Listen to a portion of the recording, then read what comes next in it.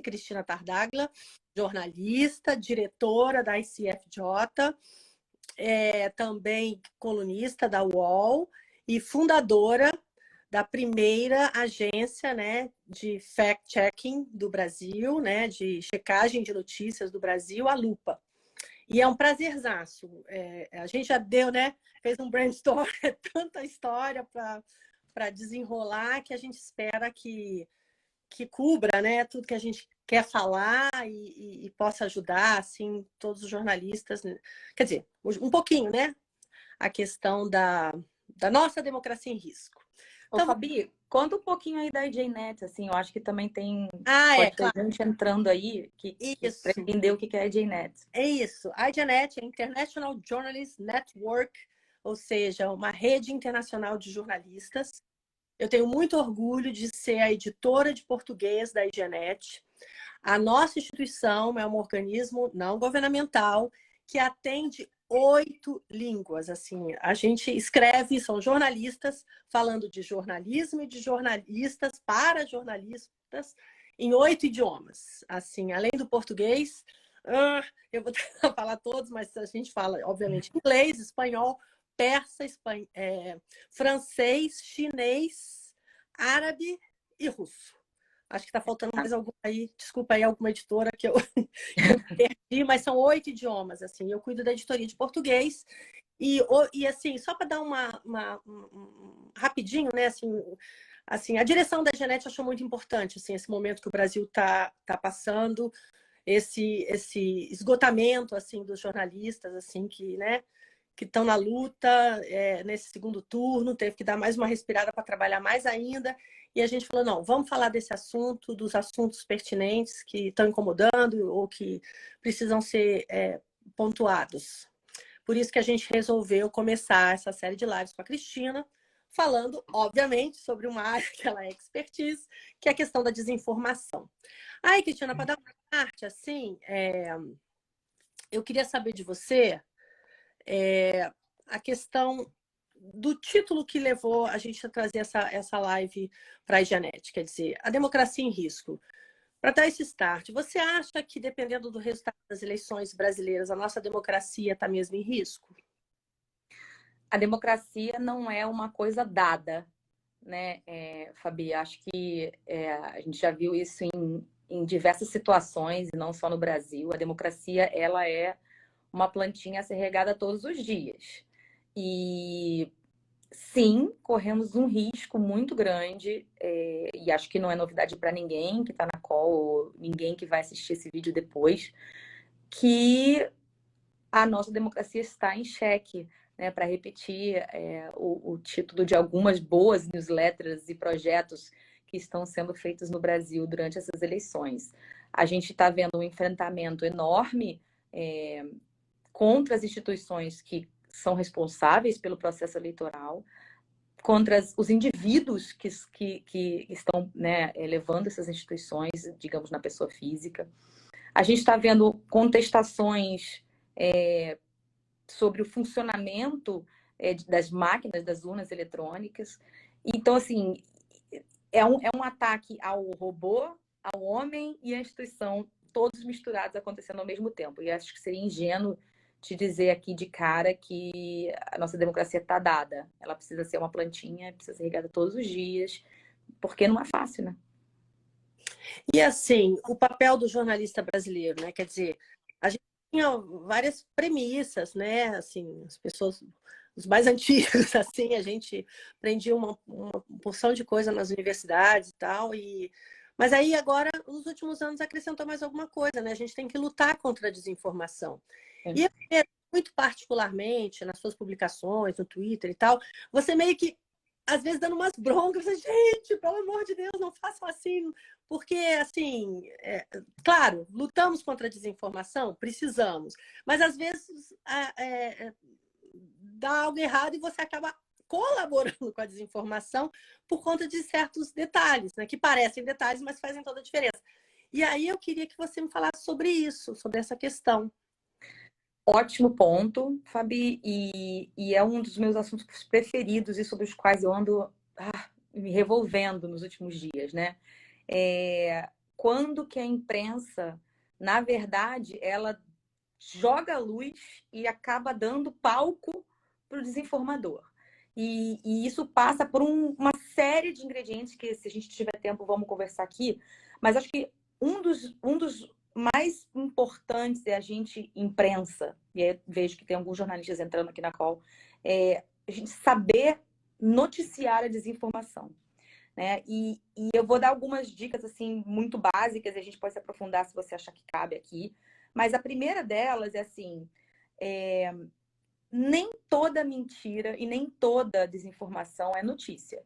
Né? A gente precisa, antes de pautar um debate, um artigo, uma manchete sobre a fake news daqui ou da fake news de acolá, a gente precisa saber o tamanho daquele problema. Né? A gente precisa saber quão grande aquela viralização tá acontecendo. Senão, na verdade, o que a gente está fazendo é amplificar, tirar ela dos rincões obscuros da internet, dos aplicativos de celular e colocar ela de bandeja para a sociedade debater algo que sequer estava sendo debatido. Então, acho que, ao contrário do que pratica o jornalismo tradicional, o que a gente precisa é entender que, no jornalismo tradicional, quem fala primeiro está acertando. Né? Na checagem de fatos e na luta contra a desinformação, quem tem certeza de estar tratando uma desinformação viral é quem está acertando. Então, esse é o primeiro requisito que eu acho que a gente precisa registrar aqui. O segundo, e aí, claro, vai variar do formato em que o jornalismo está acontecendo, se é em televisão, se é em rádio, se é em papel. Mas, assim, eu tenho ficado muito preocupada com os nossos títulos e imagino que os repórteres que seguem a IGNet também já terão visto isso por aí.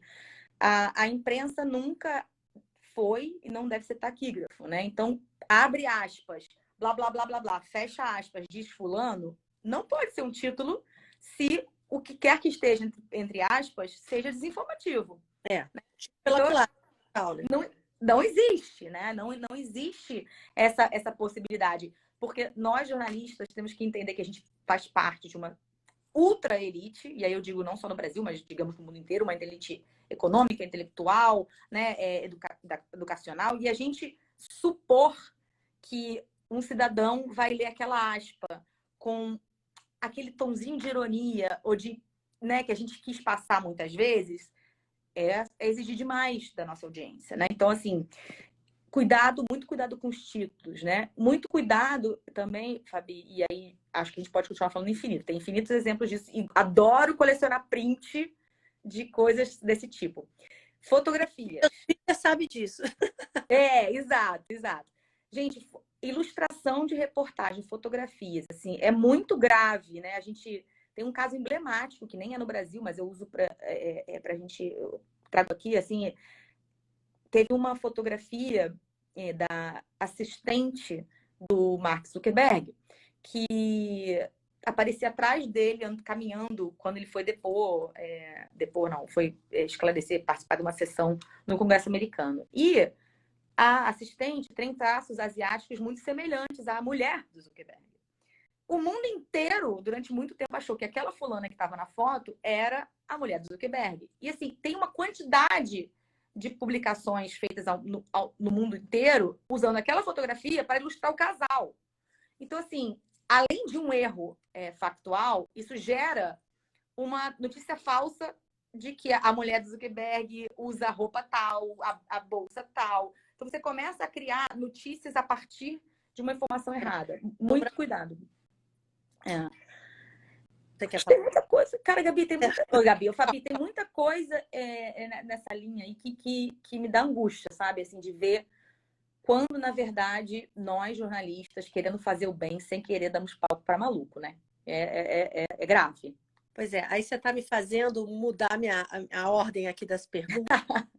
Não, porque aí você está tocando num lance que você chegou a citar numa coluna, num dos textos seus recentes no UOL, e que eu achei muito pertinente, e que exatamente esse é o momento crucial para se discutir isso. Você colocou naquela tua coluna sobre a lista enorme de desinformadores e negacionistas que foram eleitos. E fez um meia-culpa dizendo que as agências de fact-checking ajudaram nisso. Quer dizer, falem mal, mas falem de mim, e os caras estão lá eleitos. E aí você vai mais a fundo, e aí eu queria que você desse uma pequena pincelada nisso, de que as agências vão ter que se reestruturar, assim, os checadores vão ter que se reestruturar. Como? Como é que vai ser? Bom, esse é o tema que eu falei há pouco, que eu tô assim, um remorso dando voltas e voltas e voltas, né, desde o primeiro turno das eleições, porque vou fazer um raciocínio um pouco longo, Fabi, assim, eu entendi que, e posso ter errado redondamente nas minhas análises, mas eu achei que o Brasil estava muito bem preparado para combater desinformação em 22, se comparado com 18. A gente tinha as plataformas interagindo com checadores, que por sua vez interagiam com o TSE, que por sua vez estavam bem conectados com os partidos, que por sua vez, né, assim, trouxeram o Telegram para conversar, enfim, tínhamos um arcabouço de luta muito consolidado e muito melhor do que o de 18. E aí passamos o primeiro turno, e acho que quem está aqui na call pode acabar discordando, mas eu entendo que as notícias falsas não foram assunto no primeiro turno, né? O primeiro turno foi o ataque às urnas, o ataque ao TSE, ao ministro Alexandre de Moraes, né? E não houve tanta desinformação entre um e outro candidato, ou entre os 5, 6, 10, quando estavam concorrendo. Muito bem.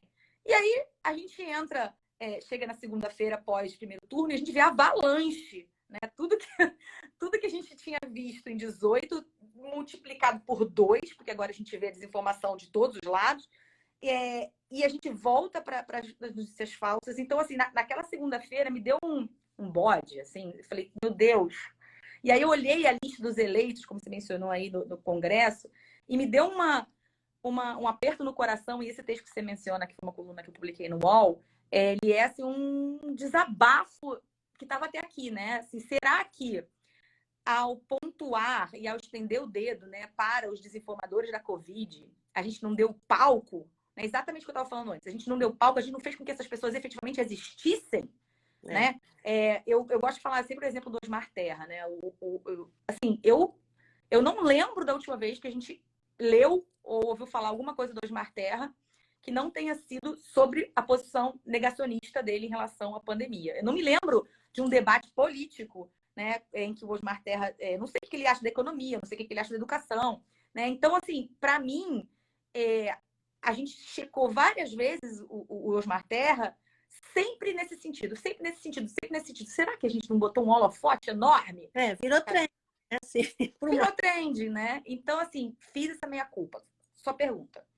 Como resolver? Primeiro que tem que reconhecer, né? Assim, e eu fui muito criticada nesses dias aí, nas últimas semanas, inclusive por pessoas muito próximas a mim dizendo: para de falar isso! Não fala isso! Você é referência! Vai se bater!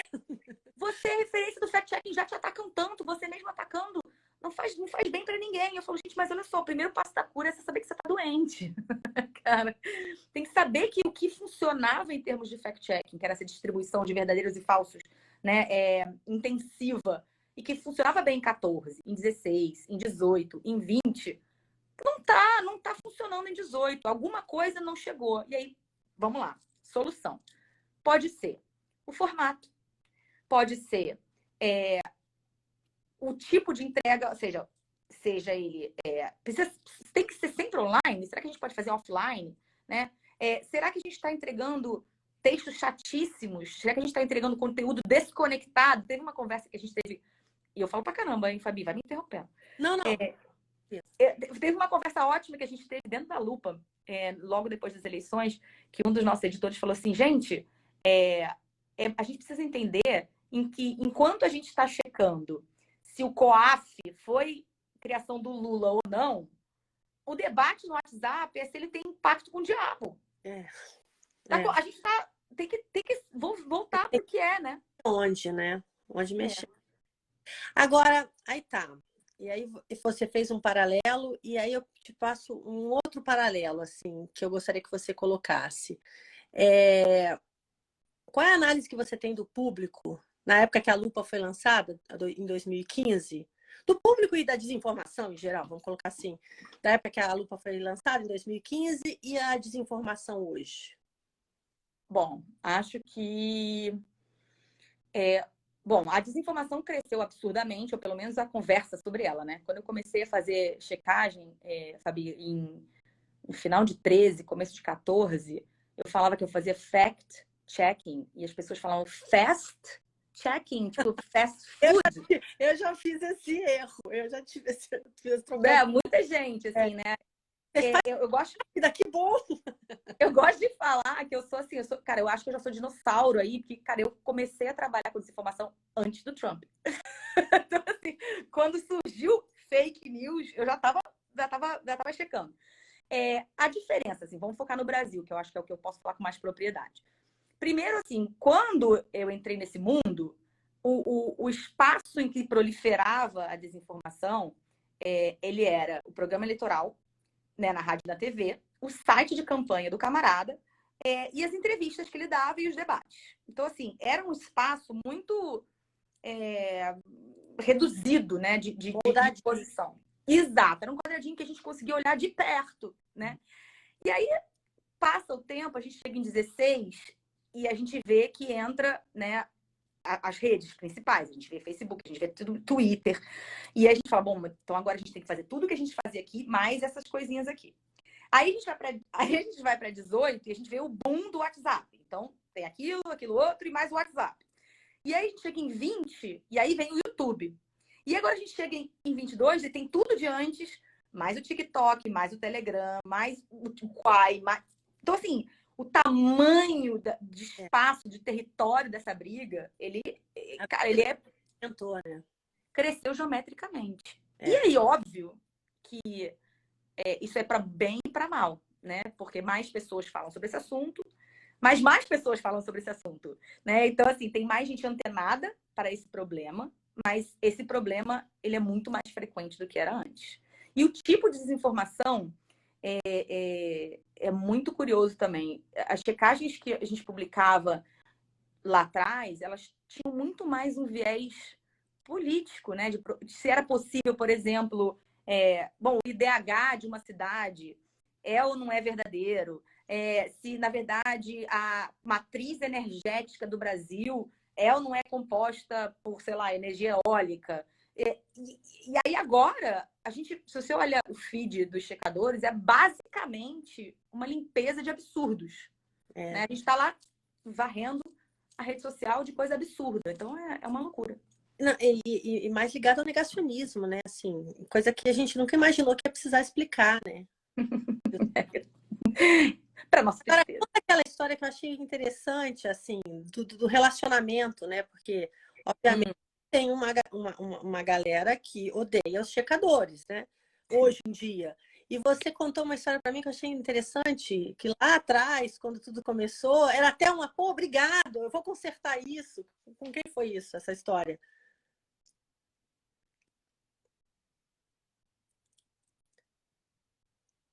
Deu uma cortada, deixa eu ver.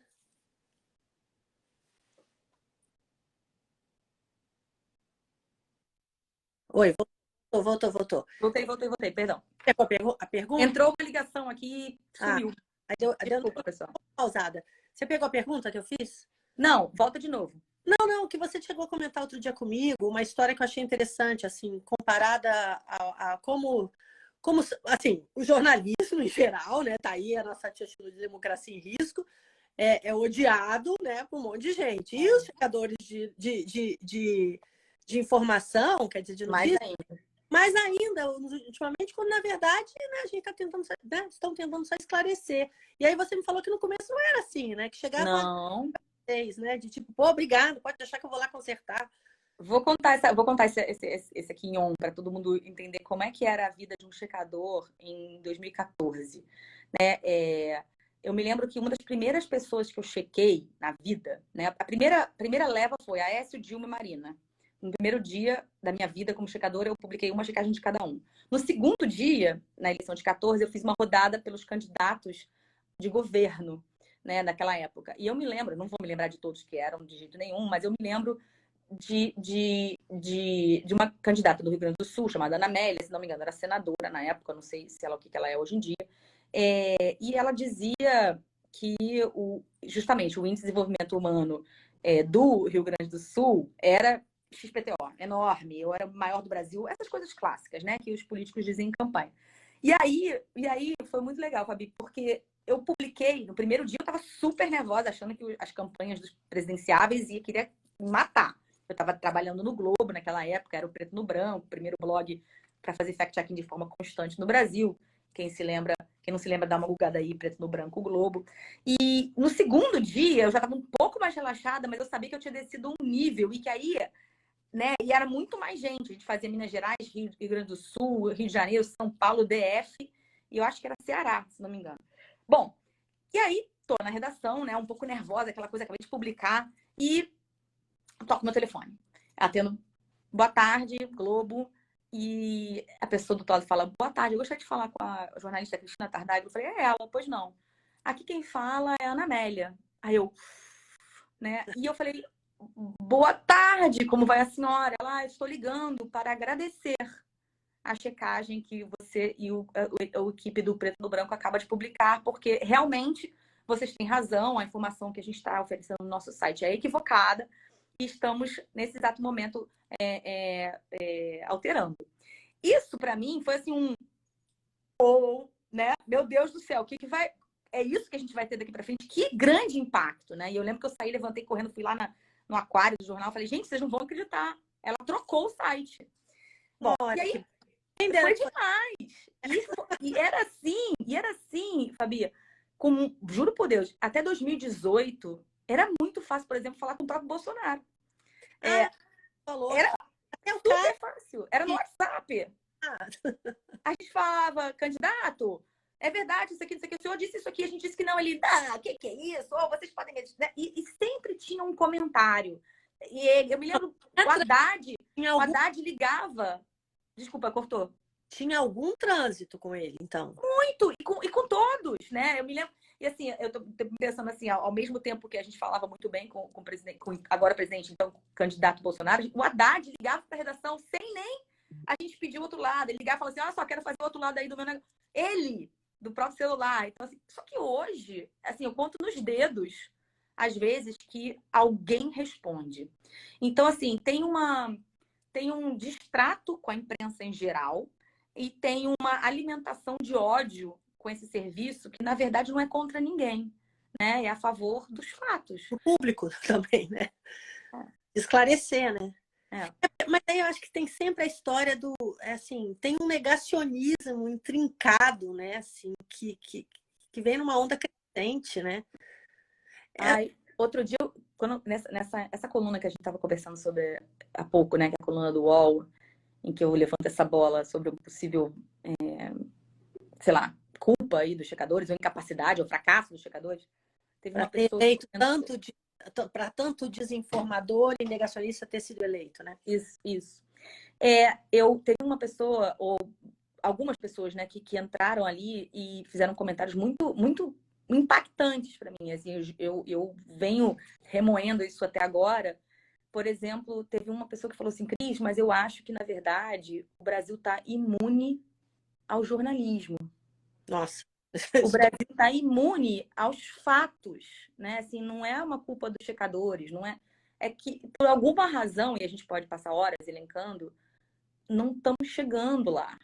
As informações não estão chegando. Aí eu lembro das pessoas elencarem, não sei quanto. Né? Aí a gente vê de todos os lados. Né? De um lado, dizendo, não entendo como é que as pessoas querem votar em alguém que foi condenado 3 vezes, lá. E do outro lado dizendo, eu não acredito que alguém que tem 51 imóveis comprados por dinheiro, nananana. Cara, não interessa qual lado da moeda que você tá. Estamos ignorando fatos. E aí eu venho com uma pergunta que você me provocou numa conversa que a gente teve também, isso, né? Que assim, que a gente fala muito, obviamente, do candidato que é hater de jornalista, né? Que ofende nossas colegas, enfim, que numa situação bem difícil, nossa categoria.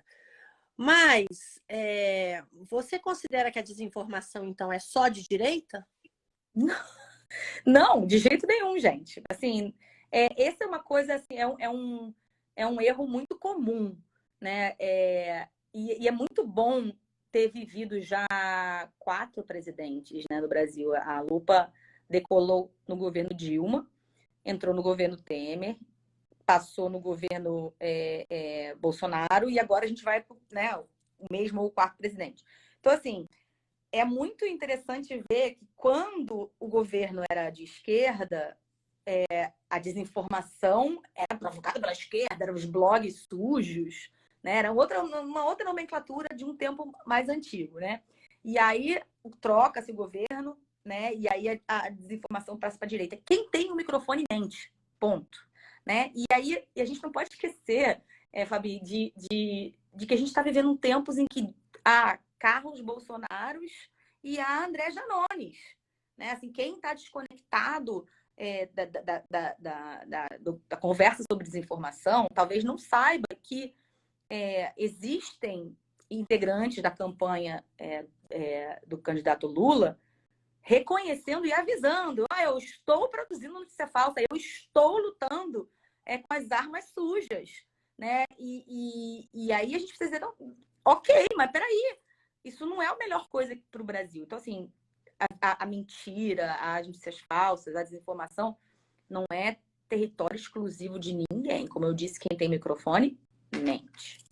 Tá, mas aí eu vou te fazer uma provocaçãozinha. Bora. Mas tá bom, assim, né? Não tô querendo puxar sardinha para nada, não podemos.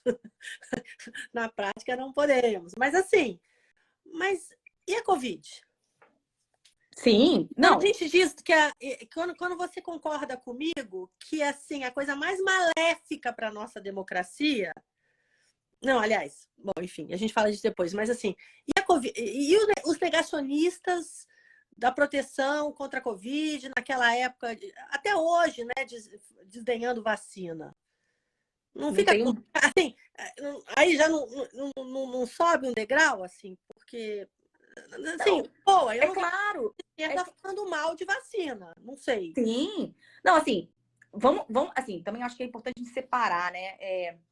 Não necessariamente todo antivacina de direita, não, né? E não necessariamente todo de esquerda é a favor da vacina. Então, assim, esse é um outro debate. A gente está saindo do mundo do político para o mundo da saúde. Eu estou colocando a saúde em jogo, né? Que fez. Pois é. Também está na memória de todo mundo até agora. Enfim. Claro, na saúde, a gente, obviamente, não tem, assim, eu posso dizer com muita tranquilidade, de toda a história do Brasil, o período de pandemia foi o que mais produziu desinformação. E a desinformação mais perigosa, que é a desinformação que mata imediatamente, né? O beba água sanitária, é o injete detergente na veia, né? São coisas que são muito sérias. E a gente entrou num universo de desinformação que faz com que, por exemplo, a poliomielite tenha voltado ao Brasil. Tem um menino de 3 anos agora no Pará, com um vírus que a gente não via no Brasil desde 1989. Numa época que ninguém nem prestava atenção, só ia no posto, né? Não sabia nem. Só ia no posto, Zé Gotinha era um sucesso. Então, assim, a gente, é claro que tem um desmonte dessa luta por meio da desinformação. Mas eu acho que talvez seja excessivo dizer que isso é um movimento de direita. Acho que isso é um movimento mundial, de por si, que há em vários países. Né? Inclusive, a gente vê, por exemplo, a queda da vacinação na Venezuela, como impacta na queda da vacinação no norte do Brasil. Né? E a gente está falando de um governo de ultra-esquerda na Venezuela. Então, acho que não dá para juntar as duas coisas. Acho que quando a gente vai para a conversa política, é diferente quando a gente vai para a conversa de saúde. São movimentos, o anti-vacina e o negacionismo de Covid são movimentos, inclusive, anteriores à própria pandemia, né? Já tinha anti-vacina há muito tempo. Então, ele só ganha o terreno. Uhum. Assim, bom, não esquecendo que você está em Washington DC, né? Eu também, a gente, né? Somos praticamente vizinhas, morando aqui nos Estados Unidos. A gente acompanhou de alguma forma mais próxima toda a campanha e do Trump. Que paralelo, quer dizer, óbvio, né? Tem muita coisa parecida, enfim, mas que paralelo você faz, assim, da campanha do Trump, do que o Bolsonaro trouxe de Trump para a campanha brasileira? Acho que tem tudo em comum, né? acho que seria ingênuo dizer que um não bebe na fonte do outro e vice-versa. Acho muito importante lembrar que não é à toa que o Brasil enfrenta a crítica às urnas, enfrenta a crítica ao sistema eleitoral, a contagem de voto, né? Que isso tudo já foi visto nos Estados Unidos em 2020, né? Essa semente essa bola já estava cantada, né? A gente, tanto que o trabalho intensivo feito pelo TSE no último ano, está totalmente conectado com essa certeza de que haveria essa exportação de narrativa desinformativa com relação à lisura do processo eleitoral. Então, e que isso é puxado, e foi puxado e altamente alimentado pelo trumpismo, que aí desovou no odioso evento da invasão do Capitólio. Então, assim, há uma linha muito, muito evidente. E tem uma reportagem, se não me engano, foi publicada, acho que dia 3 ou dia 4 pela Pública, pela agência pública, que mostra, inclusive, personagens dessa conexão, né? Como é que pessoas que estão nos Estados Unidos, que atuam nesses movimentos aqui, estão, por exemplo, tweetando sobre a lisura das urnas no Brasil, sem não ter pisado no Brasil, né? Tem um camarada do Projeto Veritas, que é uma figura que quer provar por A mais B que o jornalismo é ruim, é um lixo, é um mal à sociedade. Ele está tweetando, e a Pública mostra isso, sobre a fraude nas eleições, a fraude nas pesquisas de intenção de voto no Brasil. Né? E a gente precisa perguntar assim, cara, por que esse cara está se metendo nisso mesmo? Agora, sobre deepfake, eu muito aqui, né, nos Estados Unidos, tinha muito, assim, né, umas coisas assim, umas aberrações, assim, que você fala, não é possível que você vai ter que explicar que isso é falso. Assim, você não precisa entender muito de cinema para ver a montagem, mas você viu isso pegando muito? Ainda está nesse segundo turno? As agências de fact-checking estão tendo trabalho com deepfake ou não pegou no Brasil? Bom, uma praga que não pegou no Brasil. Vamos lá, vamos para o conceito de deepfake. Talvez algumas pessoas não conheçam isso, né? Não existe uma definição precisa do que é deepfake. Mas é uma falsidade elaborada. É uma falsidade em que um cidadão comum, usando um celular qualquer com uma tela pequena, terá dificuldade de identificar ou terá dúvidas reais. Deepfake é vídeo, né? São feitas a notícia por meio de vídeo. Sim. É um conteúdo audiovisual, né, que é adulterado de forma sagaz, não fica tão, né, gritante, que faz o indivíduo, mesmo aquele que já está disposto e tem conhecimento da importância de checar, achar, cara, acho que isso é verdade. Bom, no mundo, a gente viu alguns exemplos, né, e aí tem um debate entre os checadores se, na verdade, isso é deepfake ou se é cheap fake, cheap de barato em inglês, né? Que é, por exemplo, a Nancy Pelosi, que é a presidente da Câmara dos Estados Unidos, falando assim um pouco enrolado, porque a pessoa mudou a rotação da voz e parece que ela tá bêbada. A mesma técnica foi aplicada com o Andrés López Obrador, presidente do México. Parece que ele tá um pouco bêbado, né? Então, assim, essa é uma técnica que foi muito conhecida e muito batida nos anos que antecederam 22. Mas, no Brasil, que a gente viu até agora, a gente viu, sim, deepfakes, e a gente teve uma coisa muito curiosa. A gente resolveu produzir várias edições de uma mesma ideia.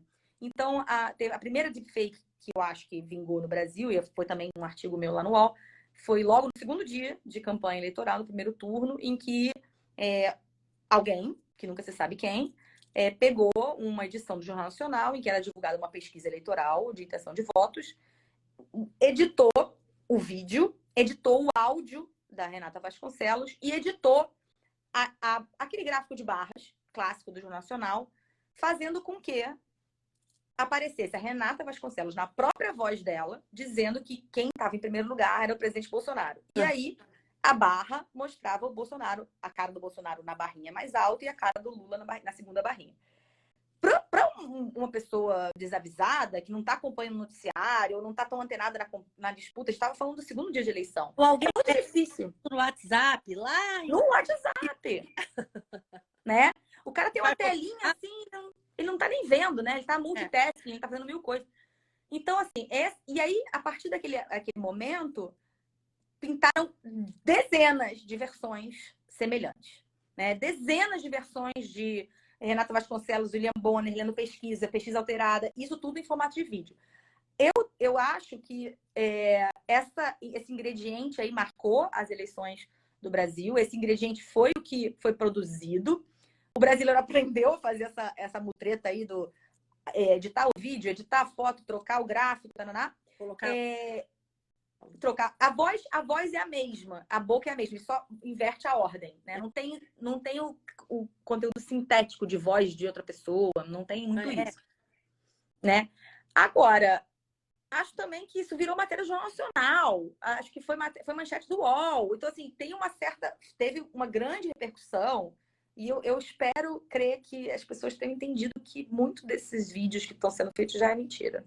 Agora, eu não sei, eu não vou conseguir lembrar exatamente o exemplo, mas quando a gente estava discutindo isso, espero que quem está aqui tenha lembrado do que a gente falou antes, que, quer dizer, vai ter que ser, o fact-checking vai ter que se renovar de alguma maneira para não colocar luz nos desinformadores e tal. Mas eu não sei se você vai me entender, eu não lembro exatamente estou falando, mas eu não lembro exatamente o exemplo. Mas quando você debocha da história, entendeu? Coloca numa linha muito... Como assim você acredita nisso? Você acha que é um caminho? Não. Não? Sabe, quando você coloca assim, tipo, a Renata fala isso, a Renata também fala que, sabe, que a Terra é plana. Olha como é que eles usaram. Você acha que isso confunde mais? Vamos lá, falta muita pesquisa, né, dentro do Brasil sobre a psicologia em torno da desinformação, sobre como melhor tratar a desinformação no ambiente Brasil. Mas o que a gente sabe de mundo, Fabi, é que qualquer tentativa de olhar a pessoa enganada ou a audiência enganada com superioridade, ela é mal recebida. Né? Então, assim, sempre me pedem qual é a dica para eu me tratar com aquele tio chato do meu WhatsApp. Todo mundo me pergunta isso. Cara, a dica é super simples. É simplesmente perguntar para ele, antes de dizer, não, seu burro, isso não é, 2 mais 2 não é 5. Eu perguntar, vem cá, você viu aí? Eu tô com dificuldade de achar a fonte dessa informação. Você tem aí? Você sabe de onde vem? E aí o cara deve falar, não, 2 mais 2 não é 5, eu recebi do meu tio. Ok. Então, você sabe qual é a data? O que está escrevendo? Assim, você tem que acompanhar, trazer a pessoa para ela mesma concluir que a possibilidade daquilo ser falso é grande. Não dá para vir de cima para baixo. Não dá para dizer, o seu burro, é claro que 2 mais 2 é 4, seu retardado, entendeu? Não dá. E além disso, Fabi, acho que além do que já conta as pesquisas feitas mundo afora, eu acho também que qualquer tentativa de agressão, mesmo que seja... Qualquer tentativa de atrito, agora no Brasil, é tudo que a gente não precisa, né? Assim, uma coisa que eu queria ver com você, que acho que também é muito pano para manga, é o seguinte, eu vi um movimento, a gente até chegou a publicar o artigo na Igenet, uma carta, que várias instituições se juntaram para pressionar o YouTube, de se posicionar de maneira mais rápida e tudo. Ontem mesmo eu vi uma notícia, eu falei, gente, a pessoa falando mal da urna eletrônica, não vou nem dizer quem, porque eu também não vou dar moral. Falava mal da urna eletrônica, uma coisa ridícula. Mas até ser removido, já tinham 97 mil visualizações. Quer dizer, a porcaria já tinha sido, né? O caldo já tinha entornado. Então, assim, como jornalistas, como é que a gente consegue convencer, né, essas plataformas a mudar o jogo, a serem mais rápidos na remoção? Porque ninguém é ingênuo, né? Ninguém é ingênuo de achar que eles removem porque é um processo muito complicado de retirar. Não, né? Tem gente ganhando ali, né? A gente precisa entender que dá um nervoso, né? Você vê assim, meu Deus, estão dizendo que 2 mais 2 é igual a 5 e já 200 milhões de pessoas já viram isso. Cadê que não tira isso do ar? Cadê que não derruba? Cadê que não derruba? Bom, aí a gente vai ter um debate que é um debate mega filosófico. Fabi, assim, mentir está dentro da liberdade de expressão? Até que ponto? Se eu disser para você, se eu postar agora que eu sou loura alta de olho azul, qual é o problema? Né? Assim, não tô fazendo mal a ninguém. Talvez eu esteja... Meu marido vai achar que eu tô estranha, maluca. Mas, assim, esse tipo de mentira é uma mentira indolor, até segunda ordem, né? Agora, você dizer que a vacina faz mal, que a vacina causa... como é que chama? Autismo, né? Isso é um absurdo. Isso causa problemas de saúde, inclusive. Deveria ter uma separação. Então, o que a gente está chegando aqui de que tem mentiras e mentiras? O que eu não concordo. Eu, como checadora, acho que a mentira ela é igual, ela é ruim igual, né? Não tem não tem outro peso, outra medida, né? É mentira, acabou. É mentira e acabou. É igual corrupção. É assim, não tem meia corrupção, não tem aquela corrupçãozinha. É corrupção. Então, assim, tem coisa. E aí eu vou explicar por que eu acho que a mentira não tem meio termo e faço a conexão com a tua pergunta. A mentira, ela é mais grave tendo em conta quão próximo você está daquele assunto, né? Então, assim, por exemplo, o meu marido, no exemplo anterior, ele vai falar, cara, você tá louca de ir pra internet dizer que você é loura, de olho azul e alta? Mas para você não é uma mentira bobinha, mas talvez possa deixar meu marido estressado. E ao oposto, né? Assim, a vacina causa autismo. Para quem tem familiares autistas, é um absurdo, é um assinte. Para os cientistas, é um assinte. Mas talvez, para quem está ali, sei lá, dirigindo ônibus, cara, tá bom, beleza, ruim, mas e daí? Então a gente está chegando num debate que o que é ruim e o que não é ruim. E aí vai para a sua pergunta. Assim, a gente vai chegar na discussão de, tá bom, quem decide isso? E aí a gente vai falar, bom, decide então o governo? Tô fora. Decide o Congresso? Tô fora. Decide o Zuckerberg? Não, né? Decide sei lá, né? Quem é que vai decidir isso? Isso é um ponto. Então, assim, cara, eu já vi N situações em que eu me enervei com as plataformas, assim, precisa tirar, e aos olhos de quem quer que tome essas decisões dentro da plataforma, tal conteúdo não violava as regras da comunidade. Esse é um ponto, né? Então a gente precisa por aí. E outro, a gente também precisa entender, e eu adoro que tenha vários estudos acontecendo no Brasil enquanto a gente está aqui conversando, de que, obviamente, ganha-se muito dinheiro com a desinformação.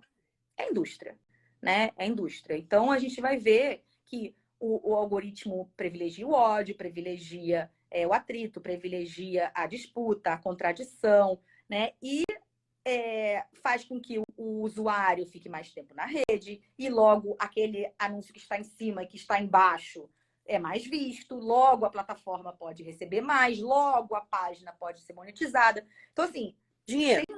Tem um ataque para a tua resposta objetiva que eu acho que é sair da conversa sobre conteúdo unitário e ir para a conversa sobre dinheiro. É uma conversa econômica e não é uma conversa jornalística. É a minha opinião. Uhum. E aí a gente pode fazer uma outra live só para falar de regulamentação. Mas que não deixa de ser urgente, né? Porque é o que você falou, aquela angústia de você ver como isso ainda está no ar, assim. Mas, obviamente, é como você falou, e eu também tinha comentado, que não dá para ser ingênuo, assim. Tá lá porque estão ganhando dinheiro enquanto está lá, né? É bom para todo mundo, menos para o mundo. A Cris fez uma pergunta assim, como sair dessa, como que ela falou aqui, como lidar com a angústia de não conseguir mudar esse cenário. Bom, a gente falou de vários cenários, né? Todos eles, infelizmente, Cris, a gente são cenários que deixam o jornalista assim numa sinuca de bico, né? Assim, enfim. Vou tentar assim, fazer um convite aí, que primeiro a gente tem que falar muito sobre esse assunto. Falar em roda de pequena jornalista, falar em roda grande de jornalista, falar em live do Instagram, falar em conferência. Assim, falamos muito, porque é uma construção de um debate, né, que tem muitas muitas visões, muitos pontos de vista e que colaborativamente a gente vai melhorando, né? Como eu disse, de 2018 para 2022 a gente melhorou, a gente precisa melhorar muito para 26, né? Então, é um acúmulo de conhecimento. Fico imaginando se ela estava falando, Fabi, sobre a angústia de não conseguir mudar as pessoas que estão negando os fatos por opção, né? E aí, assim, tem uma coisa que eu aprendi. E a história também, para mim, bateu muito forte de que os jornalistas estão desacreditados, né? Assim, qualquer um sabe mais a verdade do que a gente que apura. Isso realmente é angustiante, né? Eu sempre falo um negócio, cara. Se você fosse fazer uma operação de coração ou extrair um dente, você iria no blogueiro? Por que é que quando você precisa de uma informação, que, repito, é a unidade básica de qualquer decisão na sua vida, desde o que você vai comer até o caminho que você vai voltar para casa, qual a escola que seu filho vai estudar, todas as decisões da sua vida, você toma 1000 por dia, precisa de informação. Por que é que, quando a gente precisa de informação, a gente não vai no profissional que faz informação? Né? Haverá cardiologistas horrorosos, haverá dentistas terríveis e haverá jornalistas profissionais horrendos, mas haverá a certeza de que há mais chances de você ter um melhor tratamento para o seu coração, para o seu dente, estando com um cardiologista e com um dentista, e também haverá mais chance de você ter melhor informação se você estiver com um jornalista. Então, assim, tô longe de querer ser sindicalista, Fabi, mas, assim, é de uma ignorância, assim, eu falo, gente, não é possível, né? E essa é a minha conversa direto lá no chat da família. E aí, voltando para a Cris, que eu acho que tem um pouco de assim, gente, sério, eu já falei isso para N grupos assim, de WhatsApp. Sério que vocês estão consumindo informação na padaria? A padaria faz pão, né? Assim, vamos cair na real. A gente precisa entender o que cada um é especializado. Cris, a gente viu outro dia sobre só também fazendo um paralelo, eu não sei qual é a ordem que você coloca no caso do Brasil, se você teria essa lista. Mas a gente deu uma reportagem outro dia na internet muito interessante que falava da desinformação entre os latinos nos Estados Unidos e a desgrameira que é o WhatsApp, YouTube, né, que eram assim são onde estão os conteúdos assim da maior desgraça, né, onde está mesmo, quer dizer, que não é jornalismo sério, enfim. Você acha que no Brasil bom, acho que entre o WhatsApp e o YouTube ganha o WhatsApp, né? É a nossa prática. Aqui nos Estados Unidos é de longe, né? No Brasil. Pois é, Gabi. Gente, todo mundo te chama de Gabi? É Fabi, gente. Meu Deus do céu, é Fabiana. Eu tenho uma amiga que eu dou entrevista também para ela, ela chama Gabriela. Eu vamos chamar de Gabi e você é Fabi. Desculpa a gagueira. A gente tem alguns dados que, claro, não são muito precisos pela obviedade do assunto, né? Ninguém se autodeclara enganado. Ah, sim, foi enganado. Né? E muito menos dá detalhes sobre esse engano, né? É muito difícil isso aí. Mas, assim, o que a gente sabe, 89% dos brasileiros se informam pelo WhatsApp, que não é uma plataforma de informação, ela é uma plataforma de troca de mensagens. E assim, comentário em cima da informação que ele foi lá buscar uma fonte segura, né? Seria bom se fosse esse o caminho das coisas. Né? O WhatsApp em si não produz nada, né? Então, assim, ele é uma plataforma. Bom, e o YouTube, de longe, é a plataforma mais assistida hoje no Brasil, né? De muito longe. Então, eu não tenho os dados agora. Se não me engano, eu vou falar de orelhada, alguém me checa, pelo amor de Deus. Que eu escrevi isso há um tempo atrás. A cada minuto sobe-se para o YouTube. Cara, não vou me lembrar agora. Eu como checadora, vou me conter aqui. Mas assim, é tipo 800 milhões de horas de vídeo, né? E aí o próprio YouTube... É um volume cavalar, tá? Cavalar. Eu não vou me lembrar agora. Em termos de minutos uploadados, né? E aí o próprio YouTube... Eu fico imaginando se multiplicar isso pela população. Assim, quantos minutos sobe para cada um? Não, é louco, é louco. Você consegue, esse dado dá para fazer. Mas o que eu acho, onde eu queria chegar, Fabi, é que o próprio YouTube reconhece, muito contente da vida, que só, aspas, 1% do conteúdo do YouTube é falso. Só que 1% de zilhões e de milhões de minutos por minuto é uma quantidade. Eu fiz essa conta, se não me engano, dá tipo assim, mais de 80. Se você parar, der play no YouTube e só escutar todas as notícias falsas uploadadas lá em um ano, você vai demorar 80 e tantos anos. Tem esse artigo eu escrevi para a Univision em espanhol. Posso mandar e depois você compartilha aí com o pessoal da Gnet. É uma coisa inacreditável. Assim, então, é uma piada achar que a solução não passa por aí. Passa. Tem que passar. Né? Tem que ser. Em relação a essa reportagem que você está falando, a gente vai ter um recap, né? A gente vai publicar um resumo dessa nossa conversa. O Rafael, nosso jornalista, vai fazer um texto e a gente vai publicar sexta-feira. E aí vai ser bom que aí a gente põe o link exatamente do ótimo. Aí, né? Tudo checado, inclusive a informação que você está dando. A gente ainda tem 10 minutinhos. Eu tenho muitas perguntas para fazer. Mas se alguém que estiver por aqui, não sei, tiver a fim de fazer alguma pergunta para a Cris, achar que eu vacilei em alguma pergunta que ficou faltando, gente, por favor, fica à vontade. Pode escrever aí nos comentários alguma coisa. Agora, Cris, teve uma coisa que você falou lá no começo, vê se dá para dar uma pincelada ainda, que fez diferença, que esse segundo turno, a desinformação está diferente do primeiro. Porque o primeiro tinha a urna, tinham coisas mais objetivas. E agora está na linha da ofensa, seria isso? Tá. E, assim, acho que... Vamos lá. Eu acho que a gente estava para dar um bom lead lá para o Rafael, eu acho que no primeiro turno a gente estava na teoria da conspiração da fraude.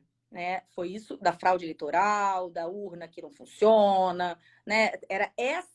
Era uma teoria conspirativa que permeava a campanha, mas não opunha os dois candidatos essencialmente, né? Claro que um atacava e o outro defendia a urna, mas assim, não era um assunto que as campanhas estavam tratando, né? Então era uma coisa assim do background, né? Digamos assim, do cenário da primeiro turno. No segundo turno, ficou evidente já a partir do dia 1, né, do segundo turno, em que é pau no outro. É pau um no outro, né? Então, assim, a gente entrou agora numa linha de falsidades com conotação moral, com conotação religiosa, com conotação... E absurdos que do ponto de vista do checador, assim, falar, eu não estou acreditando que eu estou checando isso, né? É algo que você imagina que a sociedade por si já seria capaz de falar, puta, que coisa maluca. Nossa, chega pior do que terra plana, assim, tipo... Não é? Assim, tem coisas que você fala, eu não estou acreditando que isso está ganhando fôlego, né? Então, assim, tem uma grande mudança. Se no primeiro momento o ataque foi institucional, o ataque à urna, o ataque ao TSE, o ataque ao Alexandre de Moraes, o ataque ao processo, agora é um pau no outro, né? Então, assim, a gente, como eu falei mais cedo, a gente tem de um lado o Carlos Bolsonaro e seus militantes, apoiadores, na lógica de uso das redes sociais. Do outro, temos um Janones, que está assumindo que vai disseminar notícia falsa mesmo, que não está nem aí. Então, assim, virou uma guerra. E aí tem uma aspa muito boa que acho que a gente pode até usar aqui com tranquilidade. O fact-checker do The Washington Post é um colega muito querido, Glenn Kessler. E eu estava conversando com ele outro dia sobre isso. Eu falei, eu não sei muito o que fazer nessa meu remorso, esse meu desespero. Ele falou assim, Cris, realmente, eu acho que isso é uma coisa única do Brasil. É uma luta com duas frentes. Mesmo tendo um Trump nos Estados Unidos, ele ainda conseguiu te deixar mais para baixo. Me deixou muito para baixo, me jogou no poço. Ele falou, Cris, vocês estão fazendo... É uma guerra com dois frontes. Né? Assim, e os dois frontes têm que ter igual atenção e o tipo da desinformação é muito semelhante, né? Agora, mas eu queria voltar só, assim, ainda que você fale que mudou e explicou muito bem, assim, o foco nesse segundo turno. Agora, para, inclusive, os resultados do primeiro turno, foi muito maléfico, né? A desinformação, acho que a mais de todas, né? Em relação à urna eletrônica, né? Não tem a menor dúvida Puxou que, tudo. voltando à tua primeira pergunta, né? Para o futuro do Brasil, não há a menor dúvida de que o ataque desinformativo às urnas vai deixar marcas indeléveis, né? Assim, a gente importou dos Estados Unidos, assim como a gente importou a narrativa antivacina de outros países, a gente importou essa narrativa e ela não é uma narrativa fácil de combater. A gente vai vê-la surgir over and over, para falar em bom inglês, assim, ela não vai embora fácil, né? E aí a gente tem essas coisas curiosas, né? A gente vê a Malu Gaspar deu muito bem, acho que foi essa semana, acho que foi ontem ou antes de ontem, que as Forças Armadas não vão poder divulgar o resultado do relatório, né, independente que eles fizeram das urnas, porque um dos candidatos não quer. Então, assim, esse que é a lógica, né? Você joga a semente e vê se cola. E ela vai colar.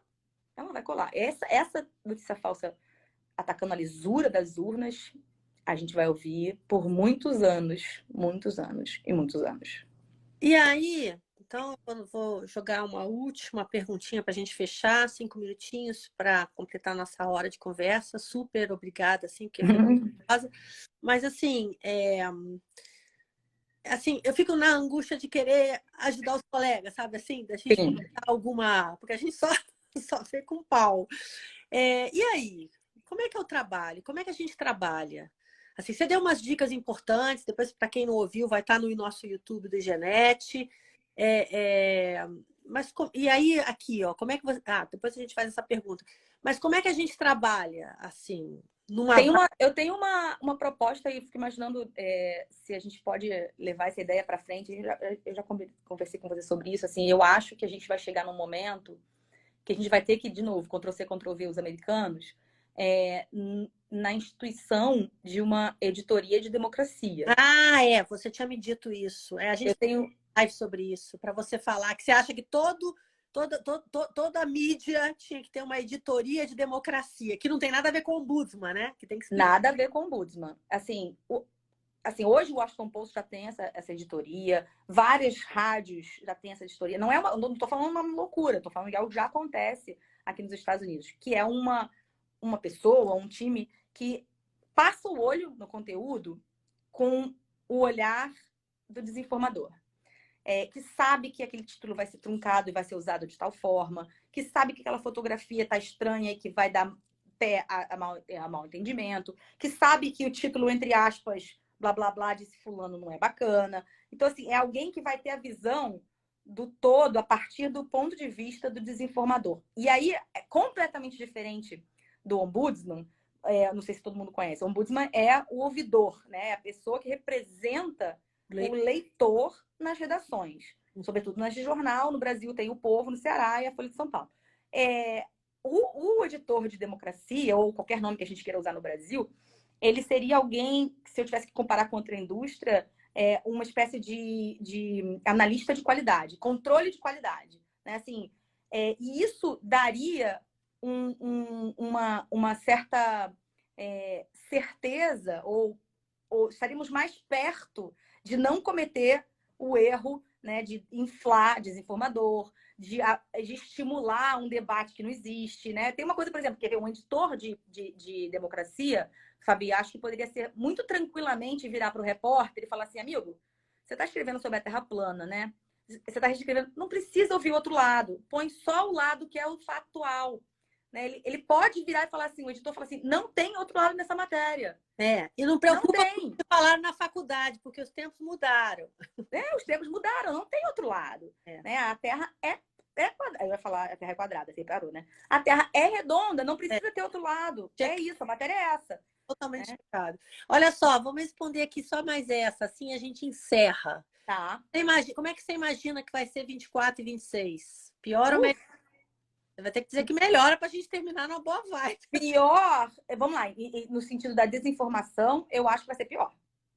Sinto muito, mas assim, fazendo aquela curva que eu falei antes, assim, o número de espaços abertos para a desinformação tá indo assim, né? Lá atrás era só a programa de televisão e de rádio, depois somou o WhatsApp e o Twitter, depois somou o Facebook e o Twitter, depois somou o WhatsApp, depois somou tudo isso, mais o YouTube, tudo isso, mais o Quai, o TikTok. Né? Cara, a gente só está empilhando espaços desinformativos e espaços que falam com populações diferentes, né? Então, assim...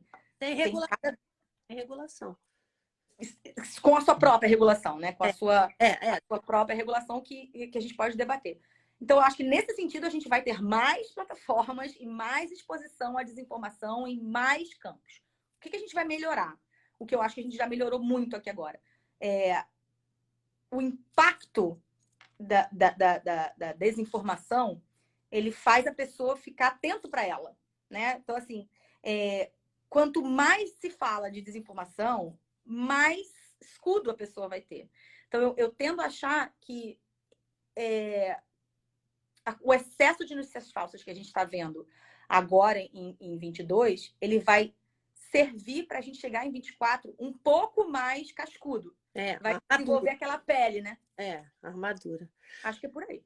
Ah, Cris, olha, gente, quem chegou mais tarde, a gente vai estar com essa live gravada, publicada no YouTube, provavelmente amanhã, no nosso canal do YouTube da Janete Português. Quero convidar também vocês para a próxima quarta-feira. A gente vai estar com os diretores do filme Quebrando o Mito, vai bombar. Que fizeram um documentário sobre o machismo catastrófico de Bolsonaro. E na outra quarta-feira, última antes das eleições, a gente vai estar com a Magali Cunha, que é uma estudiosa maravilhosa de comunicação e religião, e ela vai estar discutindo com a gente religião na política.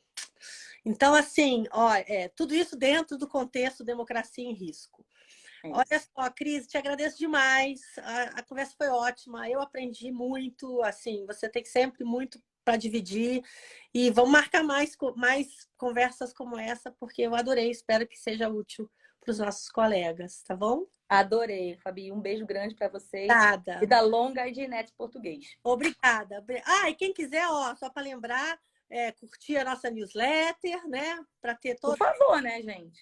Assim, eu sempre esqueço de falar, assim, o tanto que a Janete posta coisas, oportunidades, mundo afora para o jornalista, que às vezes você fica assim, não, mas, gente, é muita oportunidade e muito assunto das últimas notícias, as últimas tendências do jornalismo, não só brasileiro, mas mundial. É isso. Obrigada, Cris. Beijinho para todos. Obrigada, gente. Até mais. Tchau, tchau.